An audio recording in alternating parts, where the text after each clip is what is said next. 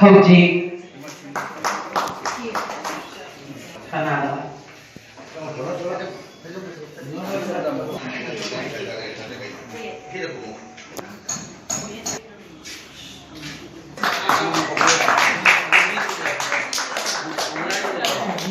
Dạ.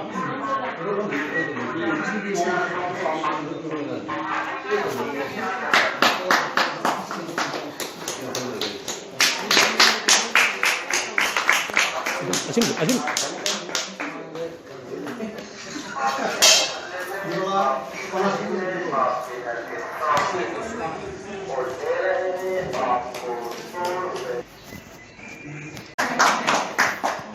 R.K. Brahmarjit, Madhumangol Singh,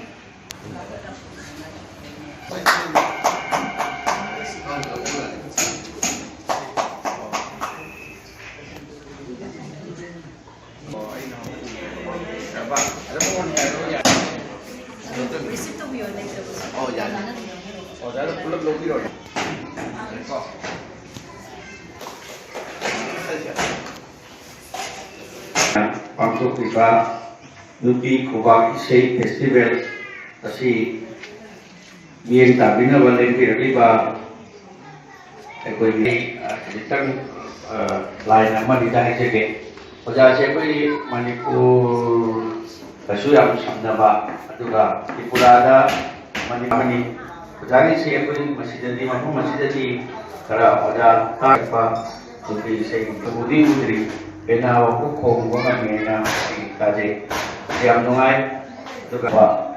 Ekoina koi ki anda koi dalam seri koi kongsi ada sida Bangladesh ki punggung nama dah jadi ia sunta je benda Sanggit Natak Akademi